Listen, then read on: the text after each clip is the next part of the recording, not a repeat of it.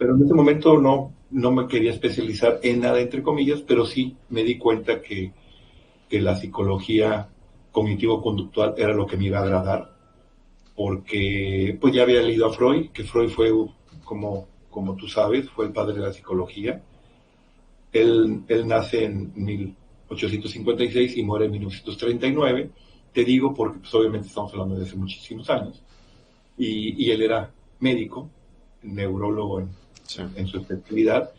Y pues él empieza a hacer una serie de estudios y la verdad, un investigador muy objetivo.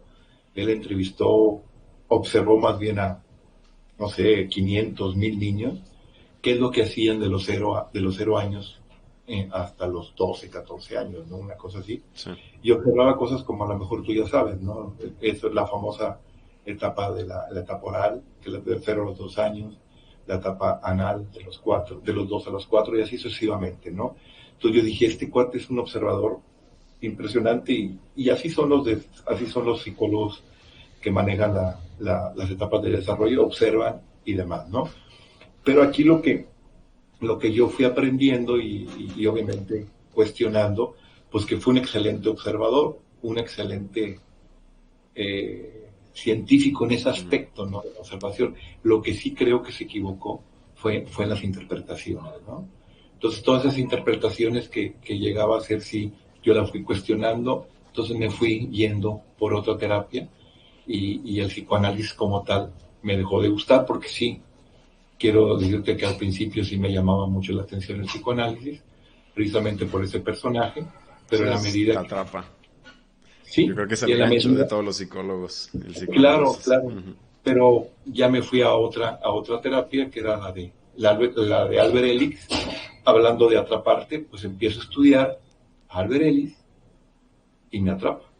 Pues estamos hablando de Albert Ellis, pues es un personaje que nace en 1913 aproximadamente y muere en el 2007. De hecho, vino a México 2 veces o tres, y por una, creo, le puedo llamar una estupidez mía, no fui a verlo, porque fui a pedir beca y no me dieron ni en el TIE ni en la UNE. Ya ¿Cuántos después años dije, tenías? ya tenía 24 años, Ok, entonces ya pude haber decidido, sí. o sea, si no me dan ellos, pues yo voy. Ujú. Pero bueno, a lo mejor por cuestiones de que era mi expectativa y demás, total que no lo conocí. Después viene otro personaje que es Aaron Beck. Sí. Aaron Beck, pues también, pues hoy en día tiene 99 años, sigue vivo.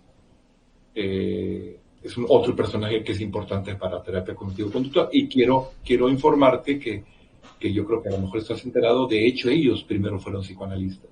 Sí, sí, Ajá. los dos. Su formación de los Ujú. tres son médicos, tanto Freud como Albert Ellis y como Aaron Beck fueron médicos de entrada, uno fue psiquiatra, y posteriormente fueron psicólogos, que esa es la gran diferencia. Y bueno, yo también, cuando le digo a mis alumnos, que de repente critico un poquito a Freud, pero si se hubieran muerto Albert Ellis en esa época siendo psicoanalistas, pues hubieran sido psicoanalistas.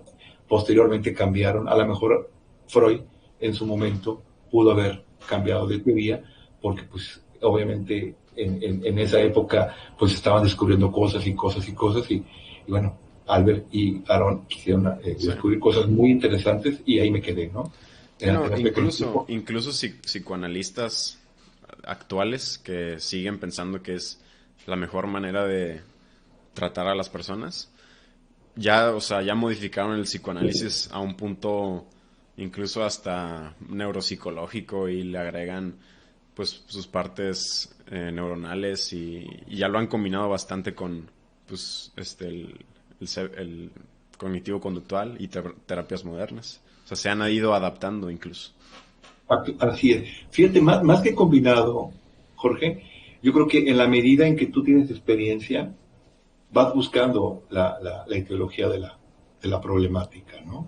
Sí. Tú bien sabes que el modelo médico maneja una etiología muy específica, ¿no?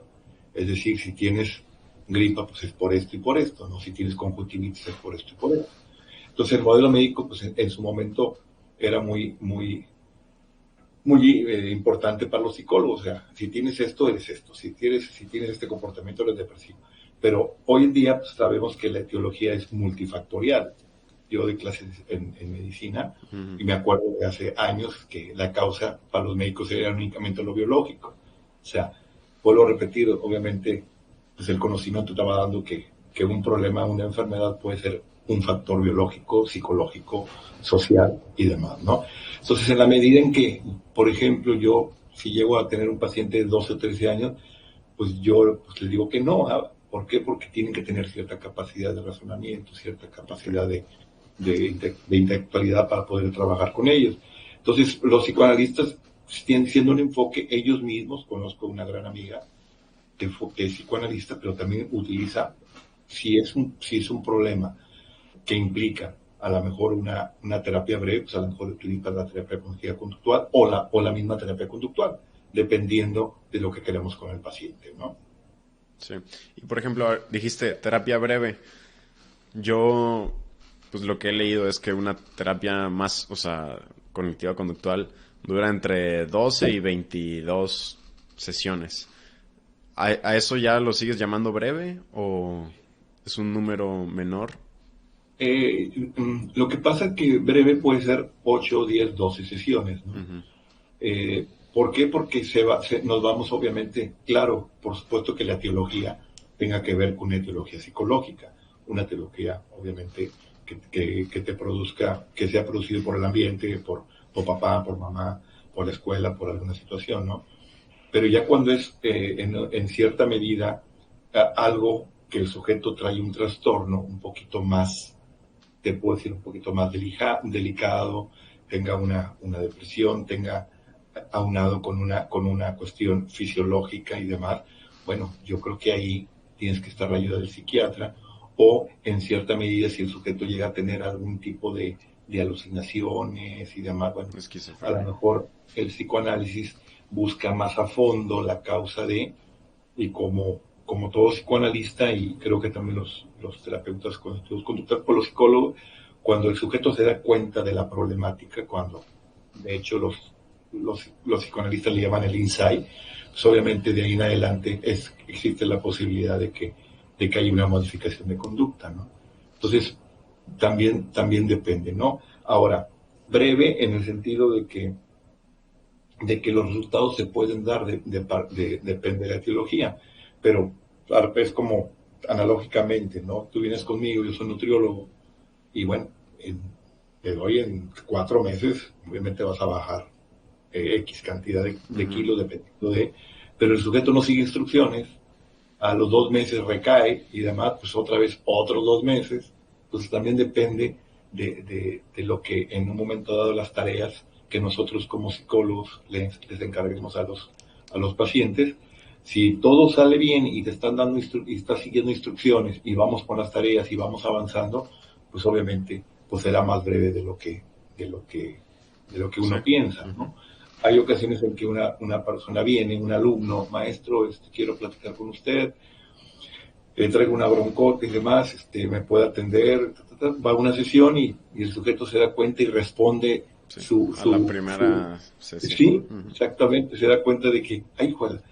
Entonces, precisamente a veces sabemos nosotros que no es que estemos ahí con la varita mágica, ni mucho menos, sino simplemente, bueno, ya aprenderás tú en un momento dado cómo es la entrevista, cómo hay que detectar cierto tipo de situaciones, qué es lo que está pensando, qué Sí. esto y esto y esto. O a veces ¿Te das nada cuenta? más es con que articulen su problema y ya saben exactamente qué hay que hacer. O sea, porque nunca, como nunca, hay personas que o no, o de plano no saben pensar y no saben, sí, literalmente no saben pensar y la única manera en la que piensan es hablando. Y si no le han dicho a nadie su problema, hasta que se lo digan van a saber solucionarlo. Entonces yo creo que Claro, a veces así sucede en terapias que en la primera sesión ya están casi del otro lado. así es, digo, y hablando de eso, pues también el desahogo, ¿no? El desahogo es una cuestión terapéutica impresionante, ¿no? O sea, el desahogo obviamente lo ideal es que te desahogues, Sí. platicando, que te desahogues, diciendo, expresando, porque yo estoy que me va a la fregada y me desahogo golpeando a alguien y ya, uf, tranquilo, sí, pero eso no es lo adecuado, ¿no? Hay precisamente alternativas al desahogo, como tú sabes, pues lo peor sería un suicidio, o otras personas que te drogan, y se están desahogando, y qué padre, ¿no?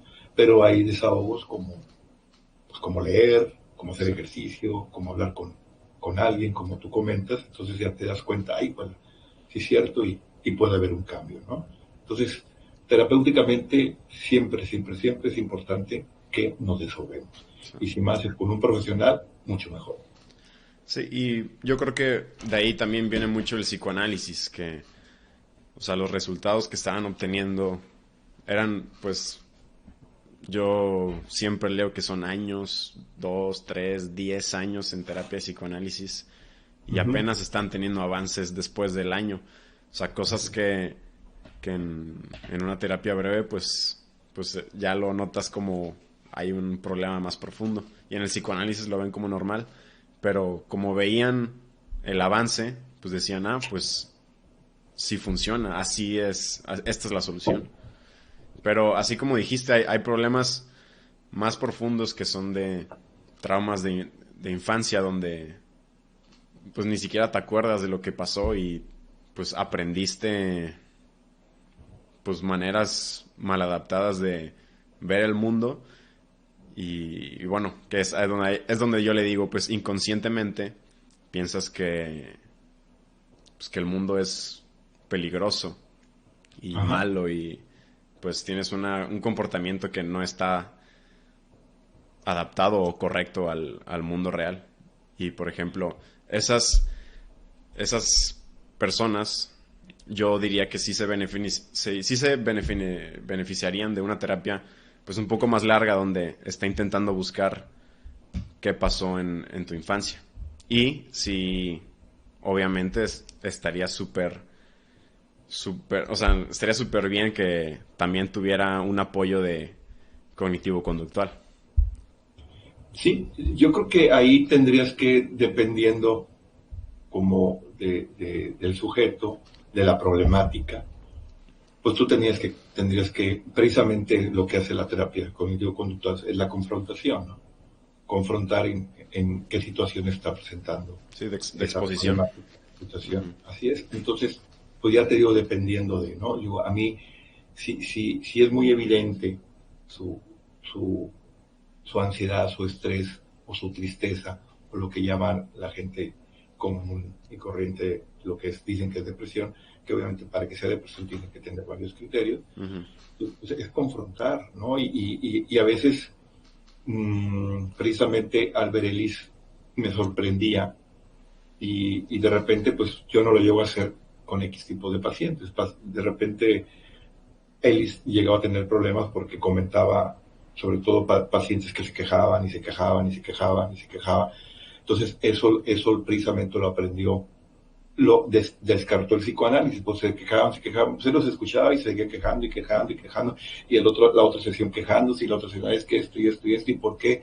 Entonces, de repente, Albert Ellis se le ocurrió, en cuestión de cambiar el psicoanálisis por la terapia Ujú. cognitivo-conductual, digo, a ver, ya déjate de pendejadas y ponte a pensar en ti y no estés pensando en tus quejas.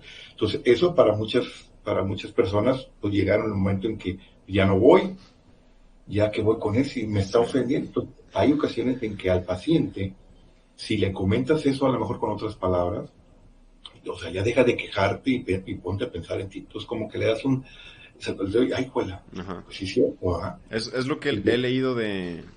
Estaba comparando la terapia de Albert Ellis con la de Beck Ajá, y, o sea, y sentí que Albert Ellis era mucho más confrontador con el cliente, con el paciente.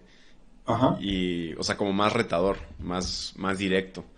ujú. En comparación de Beck, que es pues más como más amable en ese sentido, pero aún así teniendo pues las exposiciones, ¿verdad? Y identificar los pensamientos y bueno, lo que es el ABC y todo eso del conductivo conductual. Así es. Aquí yo creo que también no hay que generalizar. Yo creo que también hay personas que vamos a hacer eso con cierto tipo de pacientes. Sí, Imagínate una persona con baja autoestima, una persona con problemas interpersonales, con pocas habilidades sociales, y que le digamos eso, pues ya no va a venir, ¿verdad? Yo creo que es en la medida en que el encontrar. paciente, Ujú. exactamente, o sea, hay que ver eso. Hace ratito acabas de decir algo en cuestión del aprendizaje. Si yo lo aprendí de niño, precisamente esa es la postura de nosotros como psicólogos, ¿no? Sí, Si lo aprendes, el comportamiento obviamente lo puedes aprender, independientemente que yo lo tenga establecido durante muchos años, ¿no? O sea, sí. Se a puede veces, desaprender, se puede claro, modificar. claro, o sea, si lo aprendes lo puedes aprender, si no, es fisiológico y no puede ser absolutamente nada. Por eso lo referimos al psiquiatra o al neurólogo en un momento dado, ¿no? O sea, yo no puedo cambiar a un síndrome de Down, obviamente. Va a ser síndrome de Down, siempre va a ser esquizofrénico, pero sí puedo darle alternativas como habilidades sociales, Sí, como el conductas de manejo. autoridad y una serie de cosas para, obviamente, para que sea funcional. Yo creo que por ahí te vas a dar cuenta que hay personas que son diagnosticadas, entre comillas, esquizofrénicos y demás, y son funcionales, ¿no? O Sí, autistas y demás. sí, sí. Que ya platicamos de otro tema que es